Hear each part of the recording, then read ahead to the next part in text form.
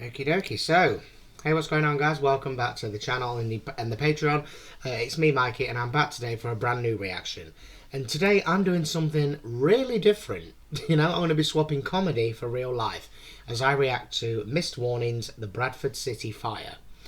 Now, I wanted to go into this blind, but you know what? I'm not a football fan. You know, so when I read that title, I immediately thought it was going to be like a Great Fire of London kind of thing. So all I did was I read the description here, which says 30 years on, BBC correspondent Robert Hull returns to Valley Parade, where 56 died in a fire at a football match. Uploaded on in 2015, so I'm obviously guessing that this took place in 1985. So yeah, it's something different, and the reason I'm doing this, even though I'm not a football fan, is that my best mate Luke from the Yorkshire Man Reacts is a Yorkshireman, as the name would suggest. He's from the Bradford area, so, you know, it's really close to his heart, and Bradford City AFC is his football team. He is a lifelong supporter and a very committed and passionate supporter. And I grew up in a very football-oriented household where, because I'm from Derby, the team in our family is Derby County, and I remember in instances where Derby County didn't do so well, all the time.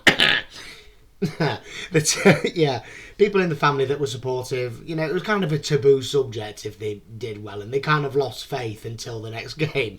But where Luke's concerned, what's really fascinated me is that his support for his team it's never feigned, not as long as I've known him.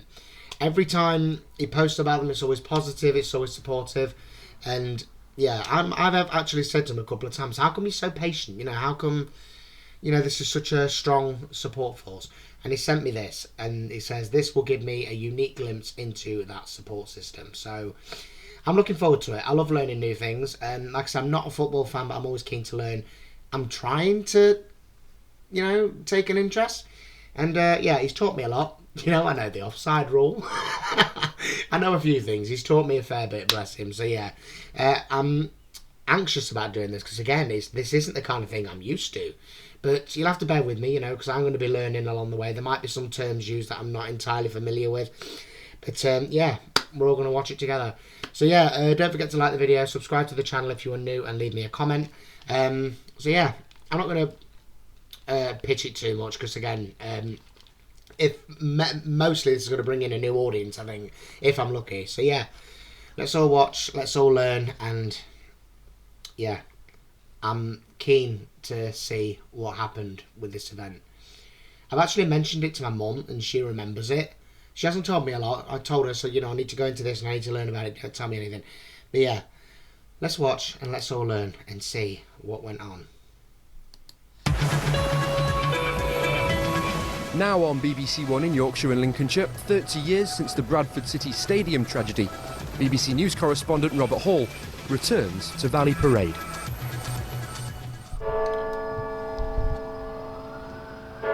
Yesterday, Bradford fell silent.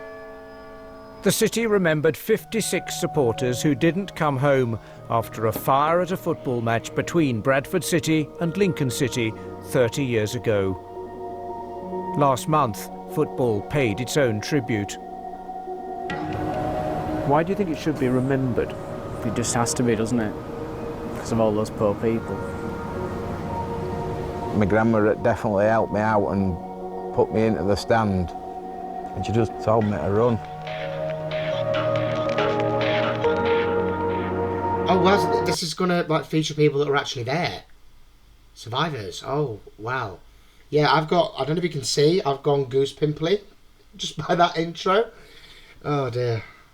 Yeah, I'm not used to this kind of content. I do comedy. This is different. These days, Valley Parade's high cantilevered stands tower proudly above the city's skyline. On match days, it's just like any other football ground. But on the 11th of May 1985, 56 souls were lost when fire swept through the old main grandstand. Why? 30 years on, many of the supporters at today's game against Fleetwood are too young to remember the tragedy. But for the thousands who watched in horror and disbelief, that afternoon is as real as if it was yesterday. In the past month, theories have emerged that the fire may have been caused deliberately. But now we can reveal for the first time the name of the man who told detectives he had accidentally started the fire. Before we chance to even introduce ourselves, he simply says, "I've been waiting for you." One thing is certain. The roots of this tragedy lay in the neglect that ran through the veins of British football in the 1980s.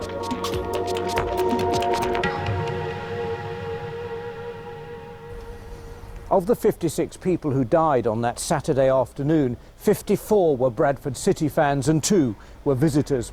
Their names are carved on this memorial, erected on the site of the old stand. Their ages range from 86 to 11. They all died because they couldn't escape a fire which had begun beneath their feet and which became an inferno within 4 minutes. Lincoln City were the opposition that day. Bradford had already been confirmed as champions of the old third division. Before the game, Peter Jackson lifted the league trophy. It was a really joyous occasion because we've won the championship with a really young team and a team that give everything and a team that were really close. For me particularly as a Bradford lad to go and pick a trophy of the championship, it was an immense feeling really going down Valley Parade that day. Carl Hepton was 9 years old. That season he'd started going to games with his grandmother, Nellie. That day my grandma was trying to get tickets for all family to go, my mum, my dad, my brother, you know, my cousins, and obviously it was such a big game, everyone had bought the tickets early. Less than 2 years earlier, Bradford City had been rescued from receivership by 2 local businessmen, Stafford Higginbottom and Jack Tordolf. What is receivership? So I'm sorry, like I say, things are going to get said in this like third division. I don't know what that means.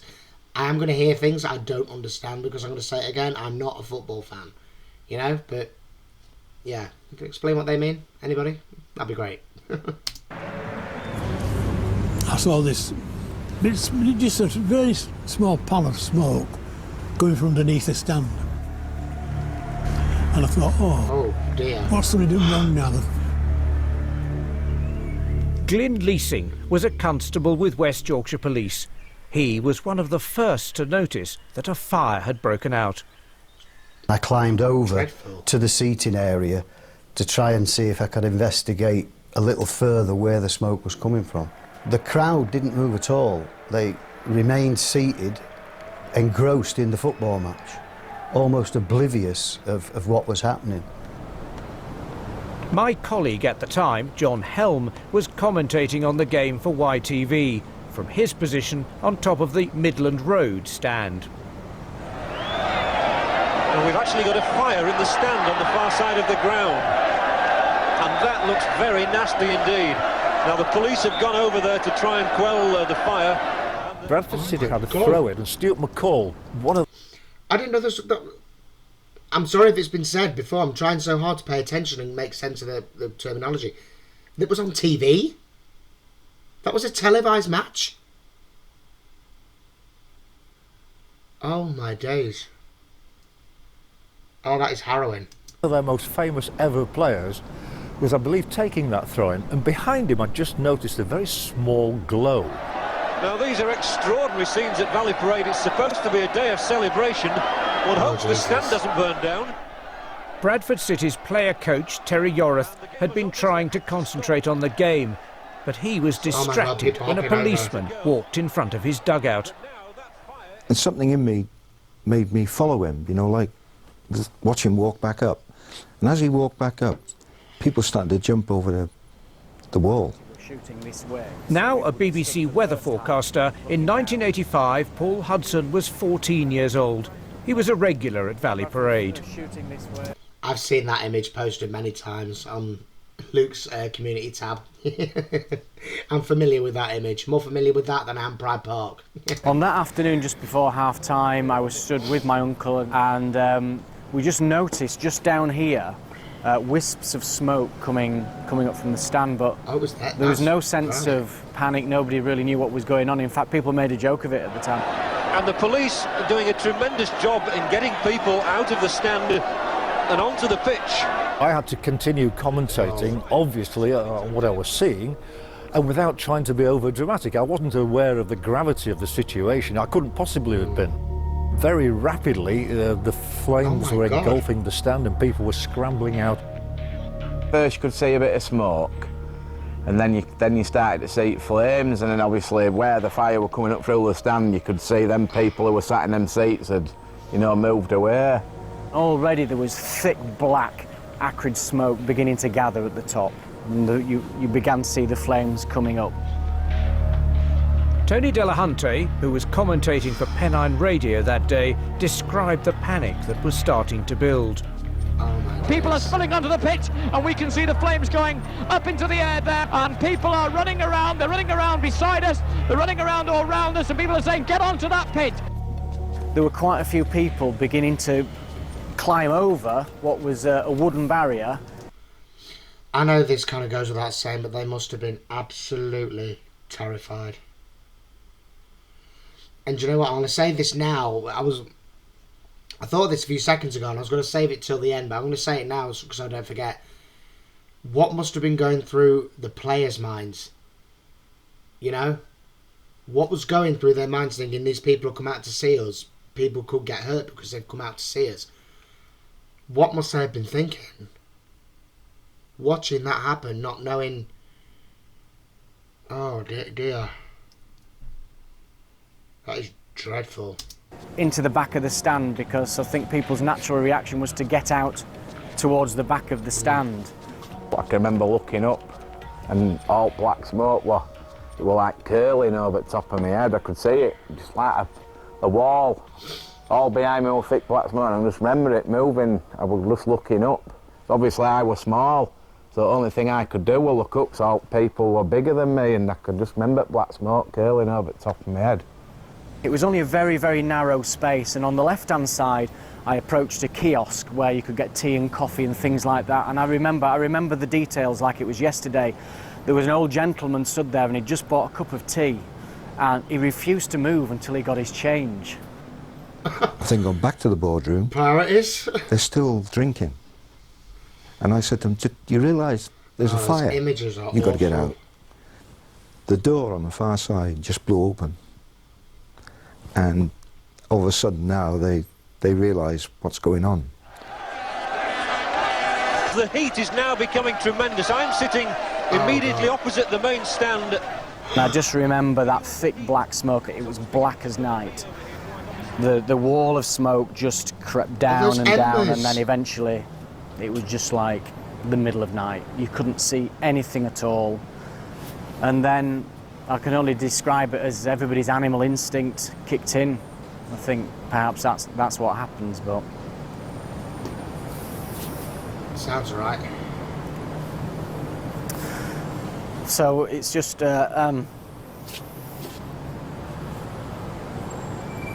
30 years ago, it's still difficult. 40 years now, isn't it? Have you thought about it much since then? Well, you do on occasions. The detail is just very graphic. Carl and his grandmother found refuge from the smoke in a small storeroom at the top of the stand, but respite was only temporary because they were now trapped.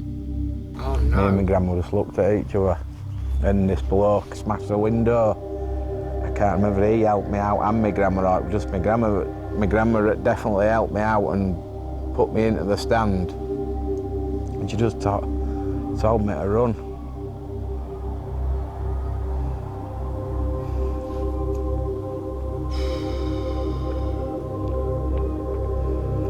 And that what last seen of her. Oh no, she wasn't one of them. So I know, when I think about it now, that she wouldn't have left. Oh, bless her. Nellie Foster never got out. She was 64 years old. Oh, no. The main stand here at Valley Parade is built onto the slope of a hillside. It's completely covered in concrete now, but back in 1985, the floor of the then wooden stand was about 2 foot above the ground, and in that void, rubbish had been piling up for years. The club had been warned that it was a danger, but they hadn't got round to clearing it. And on the day of the fire, it just took one spark. Okay, so that explains the title, Miss Warnings. Warned about a build-up of rubbish and litter junk, which obviously contributed. Oh, God, what a harrowing story. Some of that imagery is just haunting. How... I mean, it's no secret that fire can take hold at the blink of an eye, but that... I mean, the bit we saw earlier where it was just one bit, you know, to turn to that whole... It just enveloped the whole thing, didn't it? Oh, that's... Oh, my God. And again, what was going through people's minds, the players' minds, the managers, the... Sorry, I don't know all the titles. Everyone's minds that is responsible for the public being there. What was going through their minds? Bradford businessmen Stafford Higginbottom and Jack Tordoff had taken over Bradford City in 1983. When you drew up your list of priorities, what were they? The necessary thing was, in the main stand that got destroyed by the fire, we had got a quote from a contractor and all the materials from him, and we're going to put a new roof on the main stand because that used to be like a sieve, it rained everywhere. In 1981, the Health and Safety Executive had written to the previous board asking about evacuation procedures for the main stand. And a year after Tordoff and Higginbottom took over, the Fire Brigade wrote 2 letters to the club. The timber construction is a fire hazard, and in particular, there is a build-up of combustible materials in the voids beneath the seats. A carelessly discarded cigarette could give rise to a fire risk. Nobody from the authorities ever followed up those warning letters to check that the club had made the stand safe. Why? I'm sorry, why was there no follow-up? Surely that would warrant daily visits, surely. What the hell? And why didn't they clear it up? I suppose we'll learn more. Let's carry on. What about the letters, the warning letters? Do you, on balance... Well, no, we didn't... the warning letters came previous to that on the previous board of directors, and we weren't aware of the warning letters. And they weren't followed up by the council. But there was a letter turned up afterwards warning about litter under the stand. But I personally had no idea the council had been inspected it. Was it a shortcut? Was somebody just being lazy? Right, you had no idea about the previous. Fair enough, it's the 80s. Not as easy to keep hold of records as it is today. Someone could have scrapped it. Fair enough. But you had your own warning about litter. Joe, let's carry on, because I'm not gonna go ranting now. Let's just carry on. Was somebody trying to pinch a penny? Last month, one survivor, Martin Fletcher, published this book about the blaze. Mr. Fletcher lost his grandfather, uncle, father and brother in the fire. The book claims that the Bradford City chairman, Stafford Higginbottom, had a series of fires in his past. It's true that there were 8 blazes at business premises either owned by or with connections to Mr. Higginbottom between 1967 and 1981. The most famous of these fires destroyed the Tebro Toys factory in December 1977. Mr. Fletcher claims Mr. Higginbottom received huge insurance payouts after the 8 fires. Mr. Fletcher doesn't make any direct allegations in this book, but he does say that the earlier fires ought to have been more fully investigated at the time. Multiple fires, he suggests, are rarely just a coincidence. Stafford Higginbottom was never charged with any offence connected to those fires. You're a likeable rogue, Stafford, and if there were a fire, they used to attach Stafford's name to it. Stafford must have... Yeah, that is a massive red flag. And again, today's health and safety, they would follow that up, wouldn't they? I mean, I know it's terrible that with progress comes consequence, and more often than not, tragedy. You know, I mean, we complain these days about how health and safety, they won't let you do anything. But I suppose when you look back and you look at things like this, where it wasn't a red flag years ago, or someone for one reason or another ignored it, it kind of makes you grateful, you know? It's terrible that this kind of thing has to happen in order for people to take stock and go, do you know what, we need to be a bit more thorough here, or we need to take notice of all these connections. It's terrible that it has to come to that, but as much as we moan, I suppose, in a sense, we should be grateful that they're as fine-tooth comb as they are. Well, as much as they can be these days. I mean, look at all sorts of things. I mean, look at, like, the best example I can think of, for example, is, let's say, the Titanic, right? Biggest ship in the world of its time.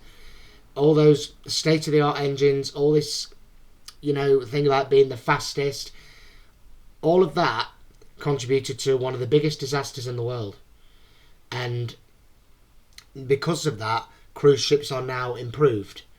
You know, and, you know, it's like I said, with progress comes consequence and tragedy. You know, bad things have to happen for us to learn and go, do you know what, this needs to change. Look at airport security. Look at these housing buildings.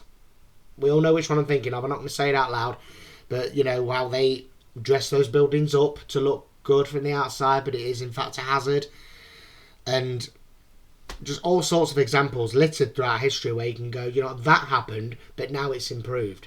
And it's terrible that this has to happen before people get off their arses and think.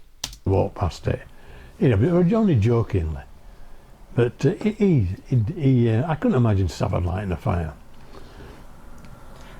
He certainly wouldn't have lit a fire at Bradford City.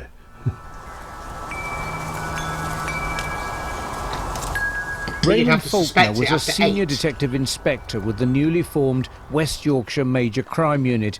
He says Higginbotham's history was well known. We knew that Stafford Higginbotham had had, shall we say, some spells of bad luck with some of his businesses, in particular Tebro Toys. And all the fires that at his premises, any premises he'd been associated with, were investigated. It's Martin Fletcher's view that the investigation, which was established within hours, failed to look hard enough at Stafford Higginbotham's history. Did the officers who tried to extinguish the fire give you any idea of how it started? They said that people near them had said that the flames seemed to be coming through the floorboards, through the floor. I have a team of detectives who are making inquiries into the cause of the fire, and there are forensic scientists working on it as well at present. Those forensic scientists, with help from detectives, initially worked on a theory that a smoke bomb thrown into the stand had ignited the fire. But only one witness claimed to have seen that happen. They had to begin looking for an alternative explanation.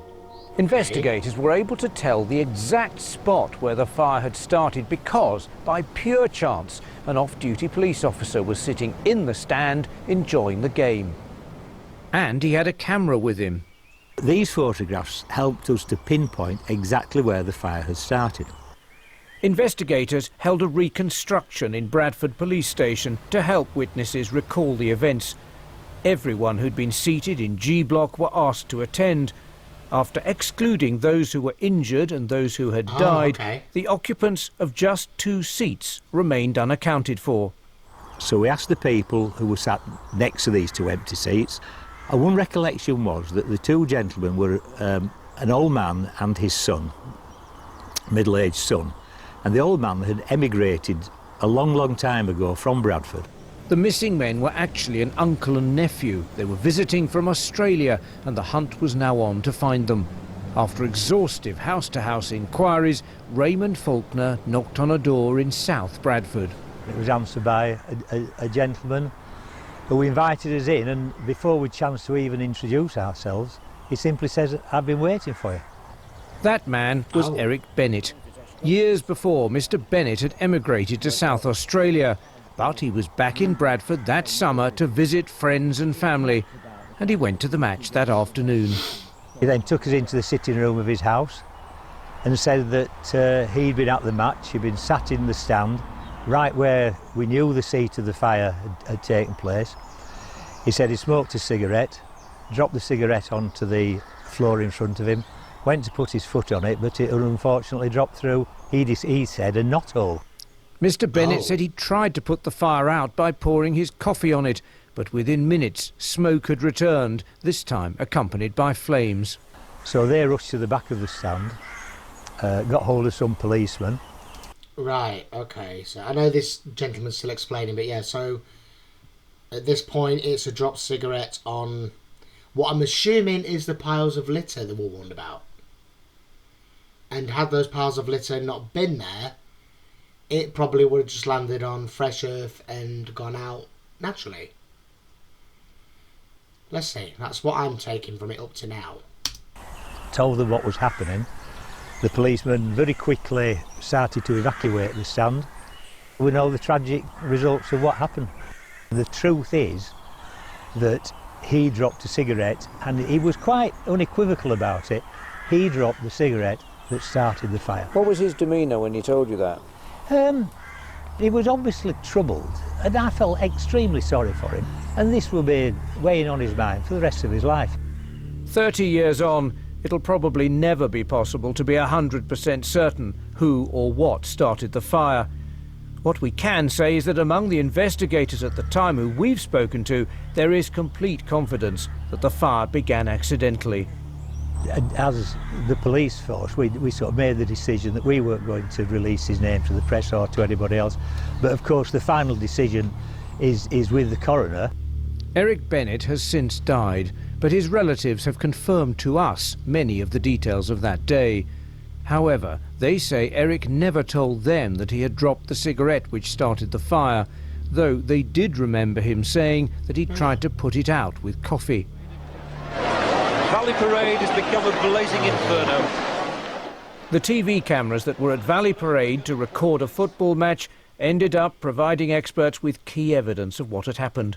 And even today, those images are regularly used by fire safety experts in training courses. Guidance at the time was that if you had a combustible stand, there was a need to evacuate people in 2.5 minutes. Some exits were boarded up.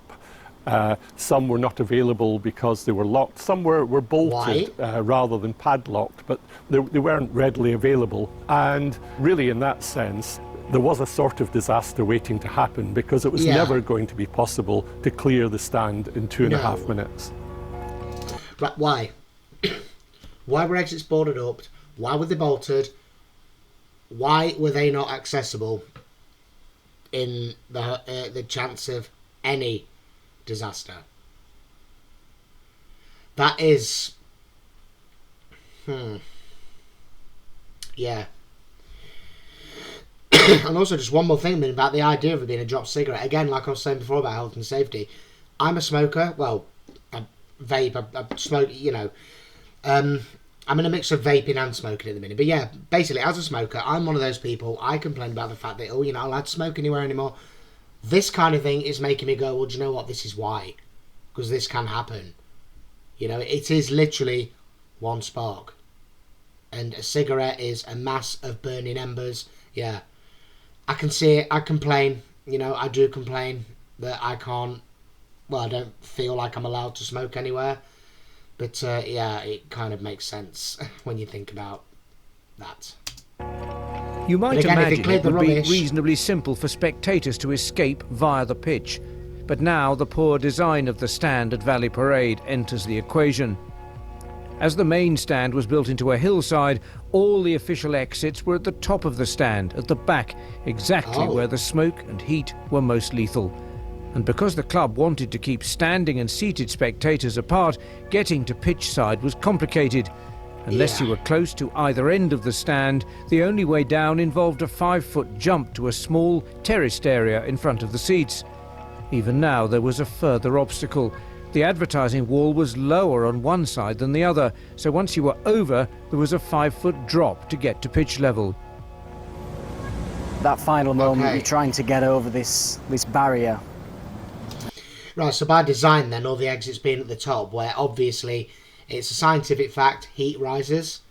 So again, in the event of fire, even if that had been behind, it still would have been up there, you know, smoke and heat rises. Whenever there is a fire of any kind, you are told to stay low, stay below the smoke. And with all those things in play, 5-foot drops, what good is that for little children or old people? I mean, someone my age, you know, I could clear a 5-foot drop, that's fine, I'd probably be down there in seconds. But it's not just about younger spectators, you know, children. How do you get a 3-year-old to get down? Oh my goodness me. And all those people herding at once, that is another disaster waiting to happen. All on wooden stands that could collapse. Oh, I'm sorry to keep pausing, but, you know, I need to assess as I see things, because if I don't, I'm going to forget half the things I want to say by the end. That is just dreadful. Like, it was all wrong. You know, not one bit of it was equipped for disaster. And everybody's kicking and screaming and pulling at each other and pushing and shoving, and I still to this day don't know how I got it over. It really was pandemonium at that wall, but the heat, to me, would be undescribable. The coat I was wearing, like others, melted. It was absolutely unbearable. The closed exit gates and the failure to clear litter from beneath the seats came to be seen as symbolic of the mismanagement of football. Are you surprised, in retrospect, that there were no prosecutions? I think what you have to remember is that we were living in a different age. There was less of a blame culture when there were deficiencies in fire precautions. I think what one could say with confidence is that in this day and age, there is no doubt that there would be a prosecution. Yeah. It was many hours before the authorities could confirm the final death toll. The vast majority of fans had scrambled to safety onto the pitch, although many suffered horrific burns. But once the fire was extinguished, a grisly scene was discovered at the rear of the stand. Most of the 56 fatalities were found close to the turnstile block and by a locked exit gate. 2 days after the fire, the home... Right, so had that been unlocked, I'm not saying that would have been a 0-point death toll, but possibly considerably less. What the hell? So those poor people, the poor families.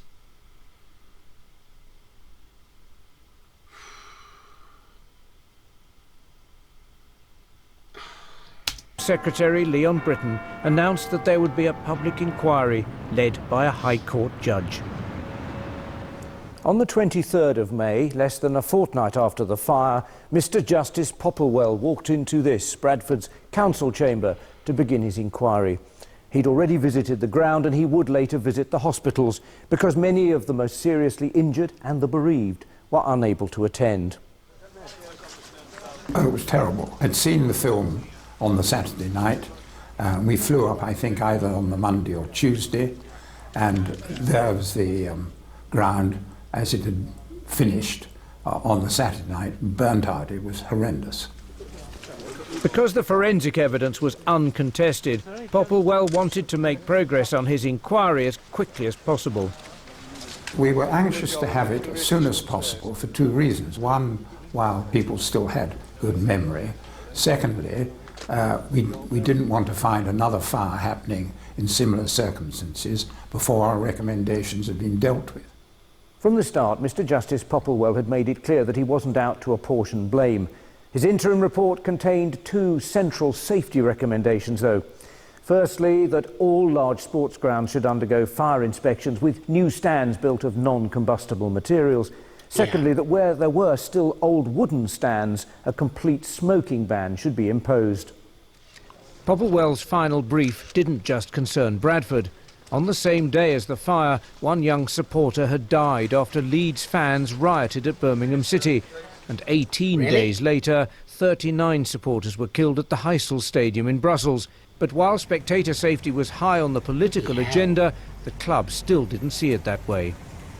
We wrote to all the clubs and We got about 10 responses, actual helpful responses. We got about 20. See, that to me, again, I'm sorry, that doesn't really sit right with me. I mean, again, like I say, disaster has to come before progress, right? We're all agreed on that. But the fact that they say, I'm not saying it's a good thing, obviously, you know what I mean. You know, I'm just saying that there has to be a disaster for people to go, do you know what, change needs to be made. That's what I meant. In one breath, they're saying stadiums need to be rebuilt with non-combustible materials, yet in the next, ones made of combustible materials need to have a smoking ban. But we're tearing them down, building them with non-combustibles. And I'm sorry, in 1985, a smoking ban is hard to police now, 40 years later. In 1985, all those people that would have massed there, how would they plan to police a smoking ban?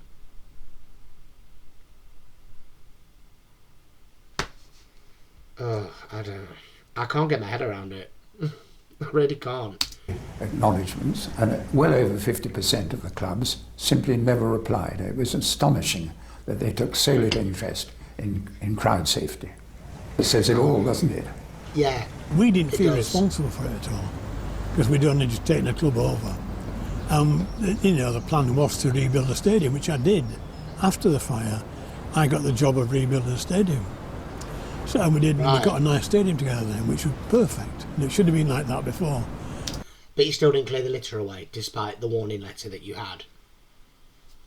Just took over or not, you were told. But nobody ever spent any money in it. It was no different that was told, to wasn't it? Other football grounds. It's not to condone it at all, but it's just how it happened. I mean, we're talking 30 years ago now. The fire meant all wooden sports stands in the UK were temporarily shut whilst emergency safety checks were done. Many of them never reopened. Scunthorpe Stadium was demolished soon afterwards because it was less expensive to replace it than to repair it. The coroner's court is not a place for apportioning blame. After Popplewell delivered his report, inquests were held. The coroner, James Turnbull, advised the inquest jury to find that the deaths were by misadventure rather than manslaughter. Later, the courts found the club and the fire authority jointly responsible for the tragedy. In total, more than £20 million in compensation was paid to 110 bereaved or injured people and 44 police officers. At the time, it was the largest civil action ever brought in Britain. Separately, a public appeal fund was set up which raised over £3 million. City played at various temporary venues until December 1986, whilst Valley Parade was rebuilt. It was paid for largely with public money. West Yorkshire Metropolitan County Council gave the club £1.4 million, even while it was jointly being sued for negligence. And with further grants from the Football Trust and the club's insurer, Bradford actually received £200,000 more than it needed. Did the club come out of the tragedy stronger? Yes, it did. But what about its spirit? Did that change? No. No. The spirit was always there. In 1983, Higginbottom and Tordoff paid £30,000 each to buy Bradford City. In January 1988, Jack Tordoff gave £400,000 for Stafford Higginbottom's stake, and Tordoff then sold all his shares in the club for £700,000 in 1990. In the decade since I was last here, so much has changed. To be honest, it's almost impossible to imagine Valley Parade as it was back in 1985. Some people have said that the fire is the tragedy which football forgot. I don't think that's true, particularly here in Bradford. No. It is true that the club and the city picked themselves up and moved forward with a quiet dignity. But the events which unfolded just a few yards from where I'm sitting still reach forward from history. In the light of revelations in Martin Fletcher's book that Stafford Higginbottom was connected with several previous fires, there have been calls for a fresh investigation. But the man who presided over the original inquiry remains confident that arson was not the cause of the blaze at Valley Parade. I can understand, the grief. I mean, that's perfectly genuine, and good. He's done a remarkable work of research, and all hail to him. But I think the conclusion that this was arson is mistaken. There's absolutely no need for another inquiry. I mean, I think the police ought to have a look at, and get the fire authorities to have a look at these previous incidents and a report, but I suspect they'll find nothing of any value. We invited Martin Fletcher to take part in this programme, but he wasn't available. The particularly valuable lesson of Bradford is that it was all there on film. Young fire engineers today can actually see this fire almost from the point of ignition. We'd resolved this terrible tragedy. We'd found the man that dropped the cig that started the fire. I know, it don't make me angry, really. It makes me sad, doesn't it? I've lost my grandma. Don't make me angry. People knew it wasn't a malicious act. People knew it wasn't a homicidal act. People knew it was an accident. My daughter said to me, "Did you get counselling for the fire?" And I said, "No." You know, big butch footballers, it didn't happen to us getting counselling. But I left the next year. Why do you think it should be remembered? It just has to be, doesn't it? Yes. Of all those poor people. Yes. And I still can't believe it's 30 years ago. I can still smell the smoke. It was just awful. Think about it nearly every day. I still, something like that, you can never, it'll always be with me, won't it?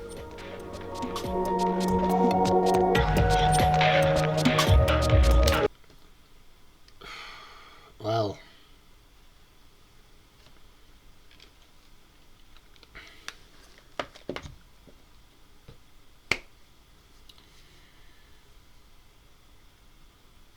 right, I'm going to start by saying, I'm going to start on a positive note. I now totally get the unique support and family feel that comes with Bradford City. Again, I'm not a football fan, but my best mate is. It's his team. And whenever he posts about them, whenever he'll play, I think it's FIFA, he'll play FIFA as that team, and he will be so proud, and he'll share clips of it, and I get it now. I get it, and because I have asked before, where does the patience come from? And now I totally get it, because I think with something like that, I think comes a ripple effect of remembrance, of strength and unity. So thank you, Luke. I'm speaking directly to you now. I do have a greater understanding of that fantastic bond that your team and its fans have. Like I posted in a comment yesterday, it is like a family, celebrating the good times together and going through the bad times together.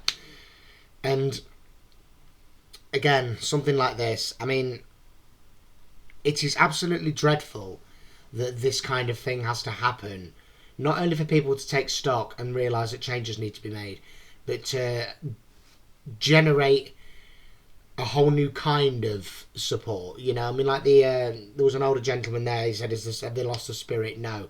Has it changed? No. It was there before, I get that, but I imagine every single game they've played since then, this has been in at least one person's mind, if not everybody's mind.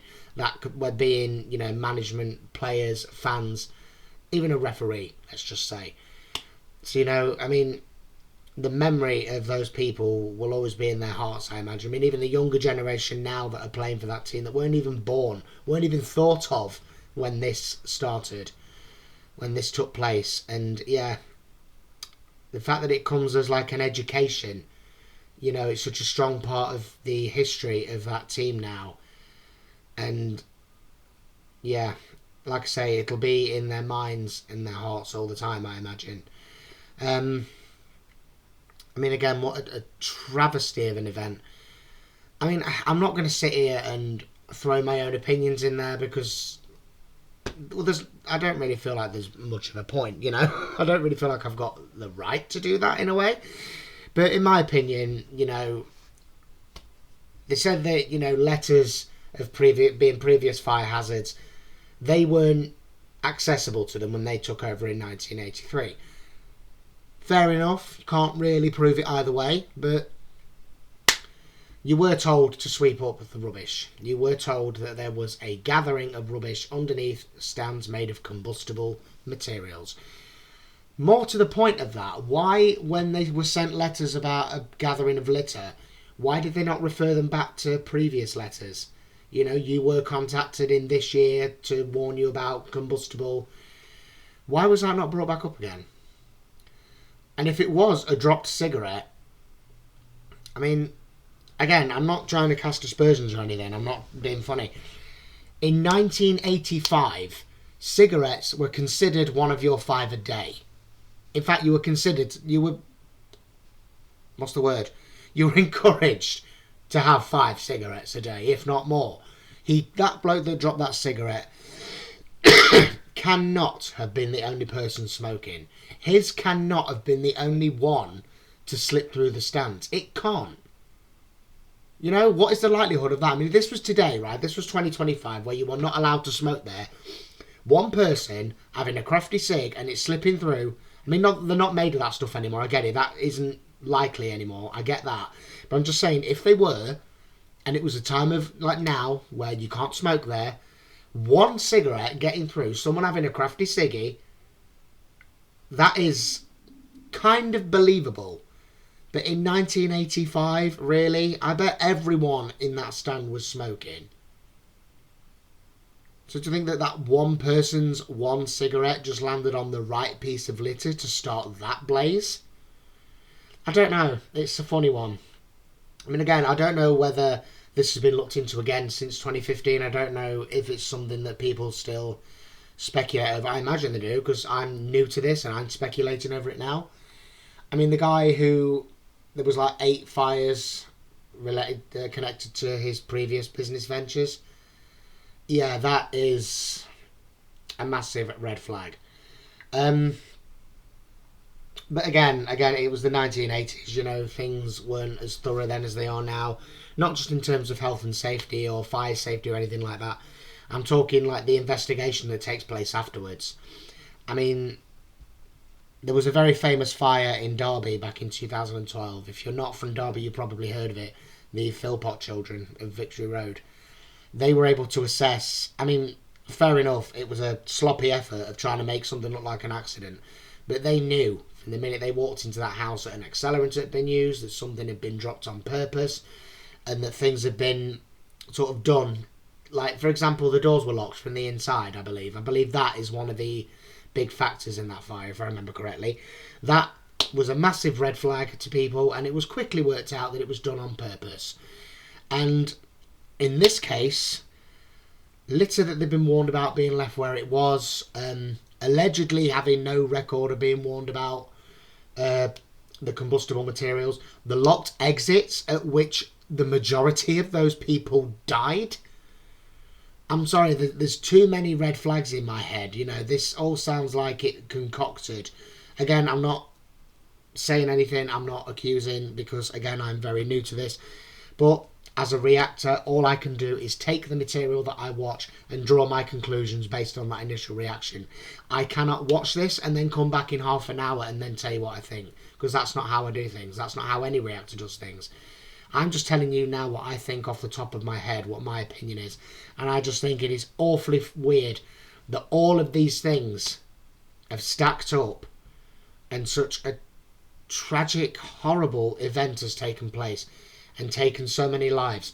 And not just the lives they've taken, you know, we're talking about the families. We're talking about the players that were on that pitch that day. You know, like I say, they were probably thinking they've come out to see us. They were here to see us. What in the, you know, because only 2 of them were visitors. The rest were Bradford City fans, and they probably think, you know, they were here to see us. They've been looking forward to this for ages, and they've died. You know, I'm surprised actually there was no mention of what players thought there. You know, I mean, I wasn't expecting an interview of like 60-odd-year-old football player, nothing like that.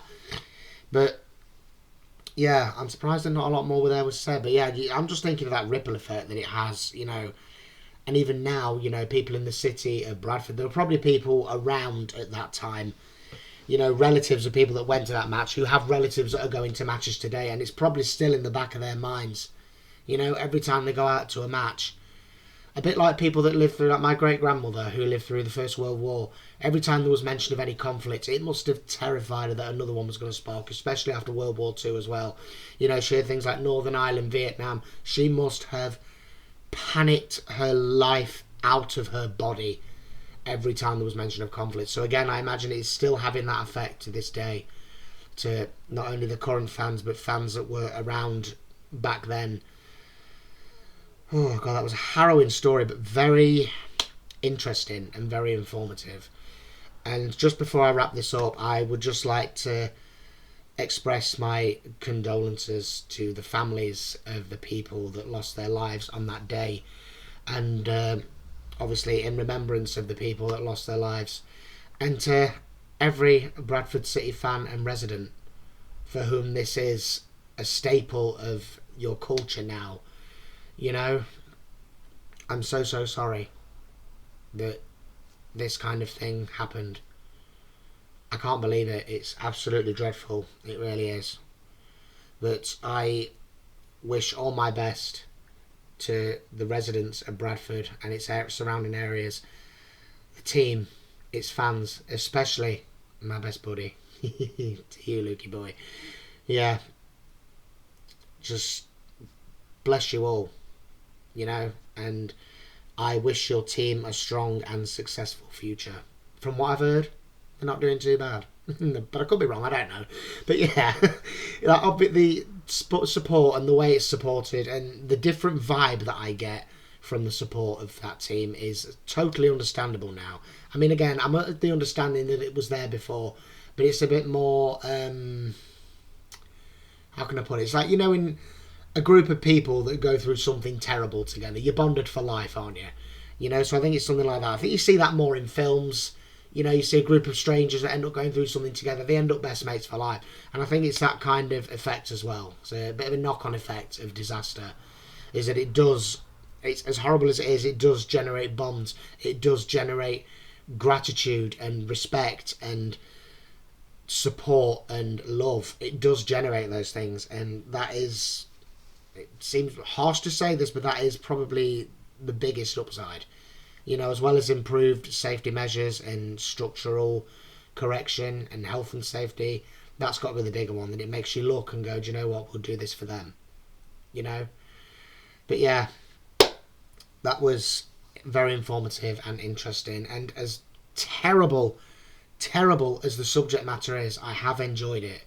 You know, I love to learn this kind of thing. I now have a greater understanding of my best mate's team and the support that he has for it, which I've never underestimated why he's passionate about football, but now with something like this in mind, a part of me is going, yes, do you know what, I was clear on it before, but I'm a bit clearer now, you know? And yeah, I'm just wishing all the best to Bradford City fans, Bradford City residents. You're all very strong people, and again, I'm sorry that this had to happen. But yeah, all my best to all of you. I love Yorkshire, me. I do. But I'm not for myself, I'm from Derby, and I've been told I've got a bit of a Yorkshire twang when I speak, so... But yeah, that was informative, and again, God bless those that lost their lives and their families that are still here today, still feeling that knock-on effect. And yeah, this has been me, guys. Thank you very much for watching. Again, I hope you liked it. Feel free to like the video, leave me a comment. And yeah, if this has brought you to the channel, please feel free to subscribe. I would like to learn more about this club, more about football in general, and possibly more about other instances of good times with this team. Yeah, like I say, Luke posted a video the other day. It was very celebrational. It was very joyful. To be able to react to something like that will be fantastic. So yeah, Talking to you, Lukey boy. Keep it in mind. So yeah, I'm going to get going now, guys, so I can get this uploaded. Thank you so much for watching. Take care of yourselves, everybody. Have a good day / night, depending when you're watching. I'll catch you for my next reaction. And to any Bradford City or at all Yorkshire people watching this, bless you all. And again, my condolences again for that terrible incident. They will be remembered. They've now been remembered by just a random Derby lad. So yeah, I will think of those people every year on the 11th of May. Okay? But yeah, thank you for watching, and I'll see you all next time. Okay? Ta-ra.